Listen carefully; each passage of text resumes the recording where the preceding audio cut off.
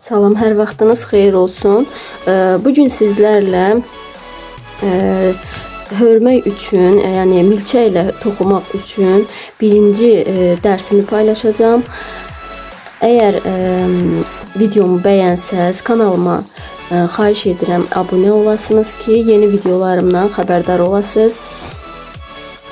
Mənim bugün istifadə etdiyim ip markası Bombon'un ip markasıdır. Alize'nin də ipləri çox qəşəng olur. İstəsəz əgər bundan istifadə eləyə bilərsiniz. Yaşıl rəngli ipdən istifadə elədim. İp mağazalarına gedib müraciət etsəz, hansı rəng xoşunuza gəlsə o rəng götürüb ala bilərsiniz. Metri 200-210 metrlik iplərdən istifadə eləyirəm həmişə. 200 metrlik iplər çox yaxşı olur. Bütün hörgülərə demək olar ki, yarayır da. Bütün hörgülər üçün çox yaxşı olur.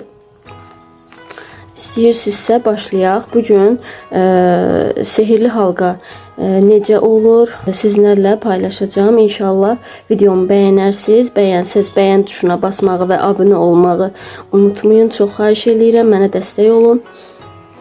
İstəyirsinizsə başlayaq. Baxın, ipi belə tuturam. Baxın, belə tutdum. Burasını, baxın, burasını orta barmağımla və baş barmağımla tuturam. Milçəmi, baxın, milçəmi biraz çəkirəm, ipdən çəkirəm gördüyünüz kimi.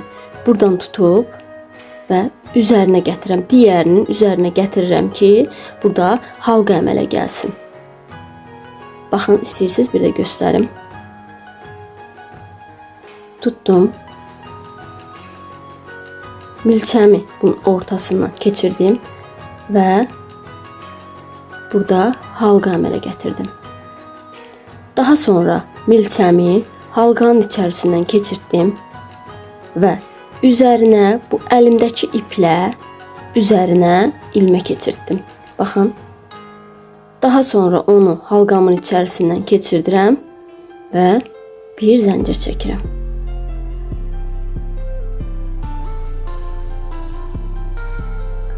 Yəni, bəlkə başda çox çətin ola bilər, çətin gözlənə bilər. Ancaq əliniz öyrəşəndən sonra çox asanlıqla bunu eləyəcəksiniz. Göstərmək üçün sizə bir də başdan göstərirəm. Yaxşı yadınızda qalsın deyə bir də başdan göstərirəm. Baxın, belə tutduq. İpimiz bu şəkildə. Mənim milçəm yadımdan çıxdı deyəm.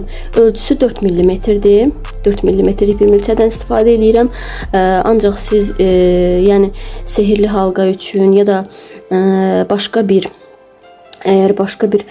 məsəl üçün papaq ya qalın iplərdən istifadə edirsinizsə, daha böyük ölçülərdən istifadə edə bilərsiniz.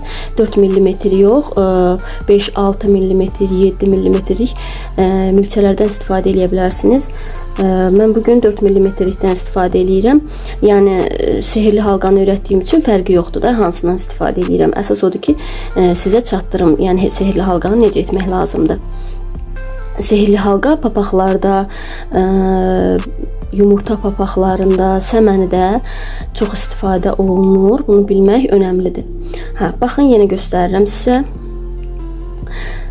Tutdum və biraz ipdən çəkib digər ipin üzərinə qoyuram və əlimdən tuturam. Daha sonra milçəmi ipin içindən keçirdirəm, yəni halqanın içindən. Əlimdəki ipdən, bax buradakı ipdən, baxın bu ipdən götürüb milçənin üzərinə keçirdirəm. Baxın, gördünüz, keçirtdim. Baxın, bir dəfə keçirdirəm və halqamın içərisindən çıxardıram.